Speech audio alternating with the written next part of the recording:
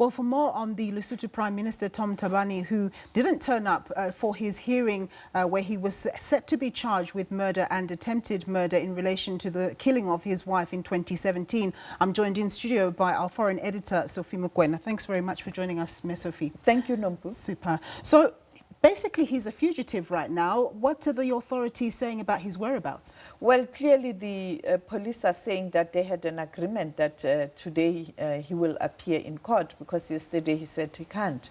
And they were expecting him to present himself before court, and they were going to institute charges, one attempted murder and one murder. You know, attempted murder because of one of the witnesses, Tato Sibula, who was caught in a crossfire when Lipolelo Thabane was assassinated, and of course murder for Lipolelo Thabane.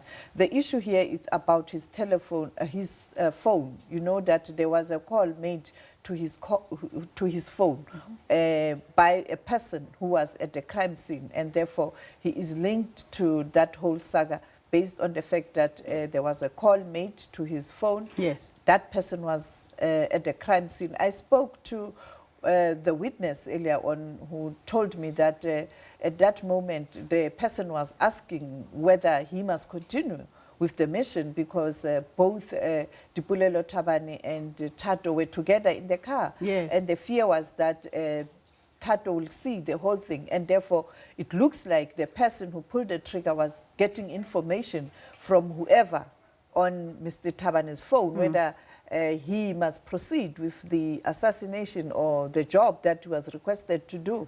And then he was told, continue.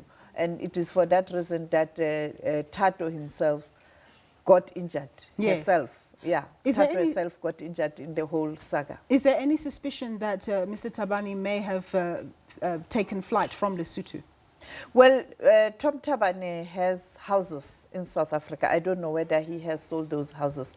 When he was still struggling, and when he was down and out as a politician, when he was doing lots of trips in South Africa, lobbying support, organizing resources to establish this party, ABC, and people like Tato Sibula, who were playing a big part to assist him to establish that organization or the party. He used to stay in Johannesburg, in different parts of Johannesburg, yes, in Vicksburg, in Clocoland. Therefore, I don't know. And I know if he has fled the country or he has left the country, he should be in South Africa. We are told that there are rumors that he's receiving medical attention in Pretoria. I'm not so sure. We are still trying to really get facts in terms of where he is and what he is doing. What I do know, what I said yesterday, is that he came to South Africa.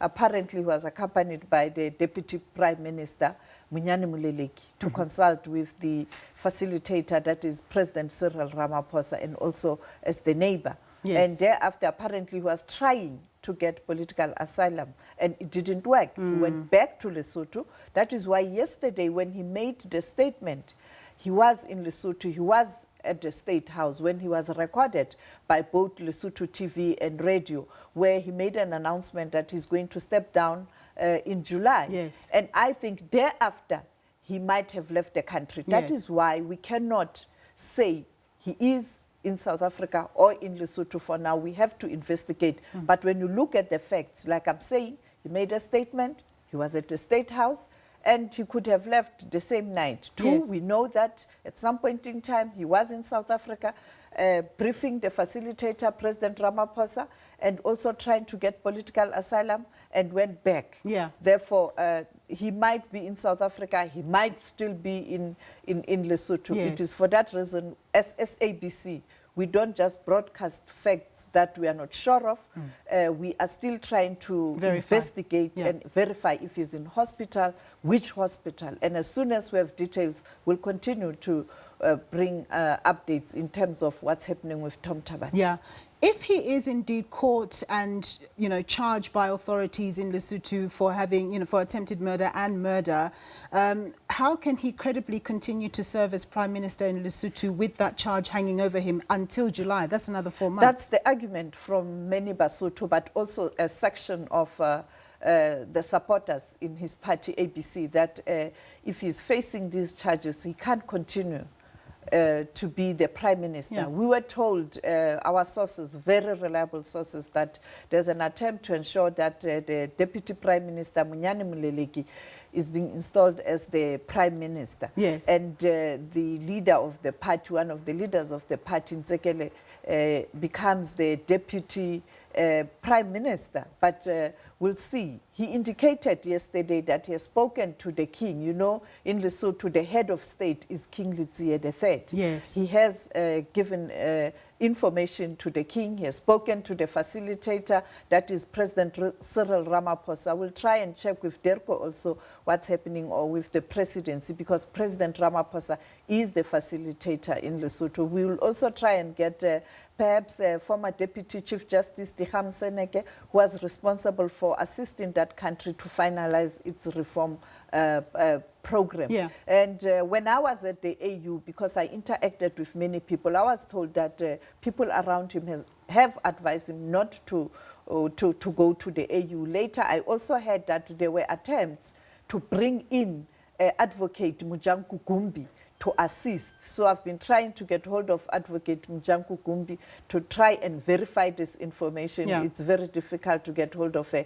But there's a lot that South Africa is doing to try and ensure that there's peace and stability in that country. Because if Lesotho has got challenges, South Africa will experience a lot of pressure. Yes. You know, people will come to South Africa, but also Lesotho is our neighbor. You know, Yes. that in terms of borders, Vicksburg, people go to Vicksburg in the morning, in the afternoon, they're in South Africa. The same with Lady Brand. Yes. And I think as we speak, President Ramaphosa is seized with this matter. And I think behind the scenes, there's a lot of work that's been done to ensure that whatever happens, there's no instability in that country. But also what's good is to see the South Lesotho Defense Force, or the army, the military, staying in the barracks and not being involved in this matter. Previously, the soldiers would have been involved by now. Also, we see a situation where the police is, you know, they are very united right now, the hierarchy of the police service,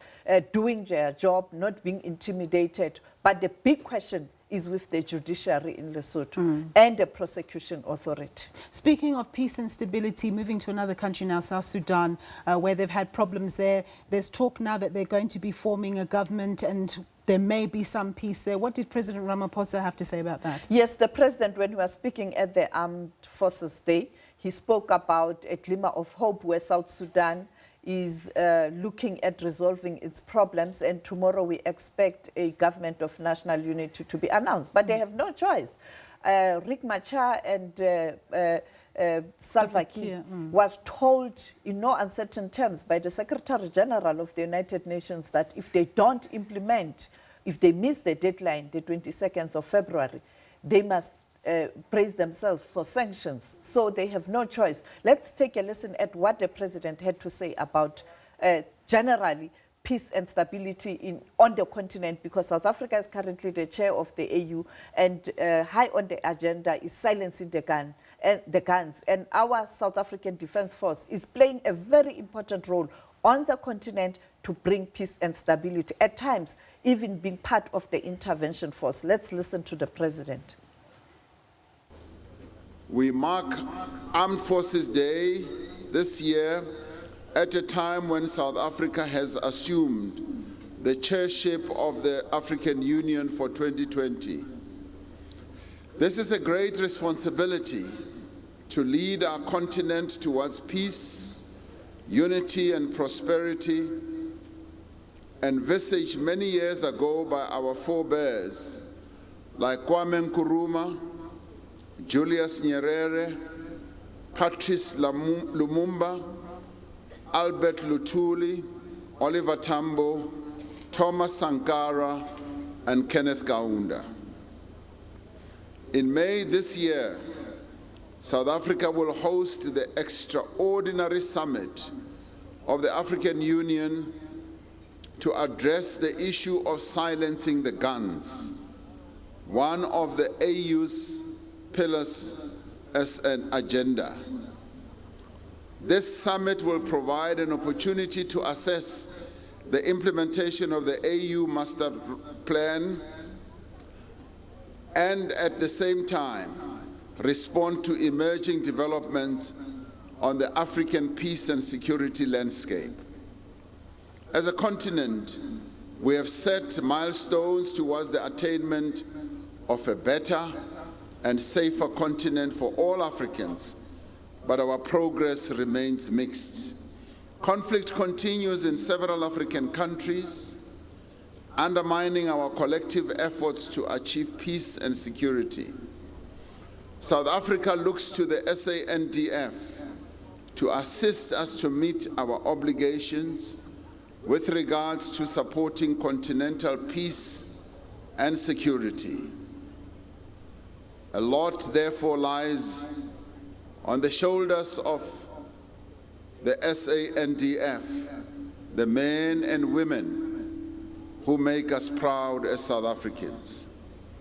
On this 2020 Armed Forces Day, we remember all the heroes and heroines in the SANDF who put their lives on the line to serve their country and their continent.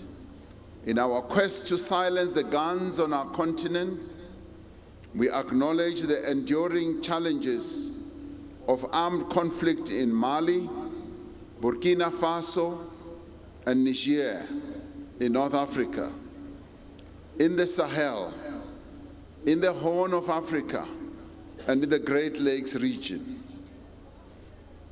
We are delighted that South Sudan is now advancing to a situation of greater peace, as tomorrow they will inaugurate a united transitional government. And we hope and trust that through that, the guns in that country will have been silenced. Our Deputy President will be in attendance as the transitional government is inaugurated.